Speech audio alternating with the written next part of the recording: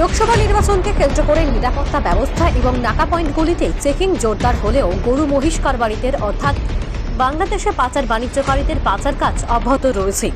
এতে নিরাপত্তার মধ্যে কেমন করে পাচার বাণিজ্য চালিয়ে যাচ্ছে পাচারকারীরা তা নিয়ে সাধারণ মানুষের মনে প্রশ্ন দেখা দিলেও পাচার বাণিজ্যকারীদের ক্ষেত্রে তারা খুবই সহজ পন্থা অবলম্বন করে কাজ করে চলেছে। পাচার বাণিজ্য যে অব্যাহত রয়েছে তা বোঝা গেল রবিবার ভোররাতে ধর্মনগরের আনন্দবাজারের এসপিও নাকা চেকিং পয়েন্টের সামনে যখন দুটি পিকআপ গাড়িতে মোট 9টি মহিষ ধরা পড়ল। TR05C1618 এবং TR05F1797 নম্বরের দুটি পিকআপ গাড়ি ধর্মনগর থেকে কৈলাসহরের উদ্দেশ্যে যাচ্ছিল।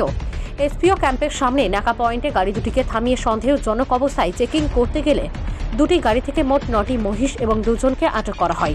যাদেরকে আটক করা হয়েছে তারা হলো রাজীব উদ্দিন, বয়স 19 বছর, বাড়ি রামনগরের 4 নং ওয়ার্ড ঢাকায়, এবং পার্থসারথী দাস, বয়স 23, বাড়ি দেওয়াছড়া গ্রাম পঞ্চায়েতের 4 নং ওয়ার্ডে। দুজনেই পানিসাগর মহকুমাধীন এলাকার বাসিন্দা। দুটি গাড়ি, 2 যুবক এবং 9টি মহিষকে আটক করে ধর্মনগর থানার পুলিশের হাতে আনা হয়েছে। পুলিশ এগুলোর বিরুদ্ধে আইনানুগ ব্যবস্থা গ্রহণ করে পরবর্তী পদক্ষেপ গ্রহণ করবে বলে জানিয়েছেন। পুলিশ টিম মোবাইল ডিউটিতে ছিলেন ওই সময়।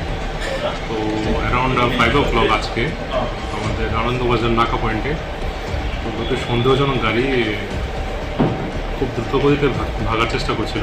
তো ওই সময় আমাদের পুলিশ টিম ওটাকে আটক করে, দুটো গাড়িকে আটক করে। দুটো গাড়ি ছিল বোলেরো পিকআপ গাড়িটা ছিল। আর ওটার মধ্যে আমরা যে সময় ডিটেন করি দেখতে পাই যে 5টা এবং 4টা 9টা মহিষ খুব সফিস্টিকেটেড অবস্থায় ওরা আটক বন্দি ছিলেন। তো ওখান থেকে আমরা দুজনকে ডিটেন করি। দুজনের নাম হচ্ছে রাজীব উদ্দিন, একজন নাম রাজীব উদ্দিন, আরেকজনের নাম পার্থসারথী দাস। তো পানিসাগর পিএসএর আন্ডারে ওদের বাড়ি। তো তারপরে ওদেরকে ট্রেন করে আমাদের থানাতে নিয়ে আসা হয়। তারপরে ওদের এগেনস্টে নির্দিষ্ট ধারে কেস রেজিস্টার করা হচ্ছে। পানিসাগর থানা কোথায় বাড়ি? একজনের বাড়ি রামনগর, আরেকজন বাড়ি উত্তর দেওছড়া।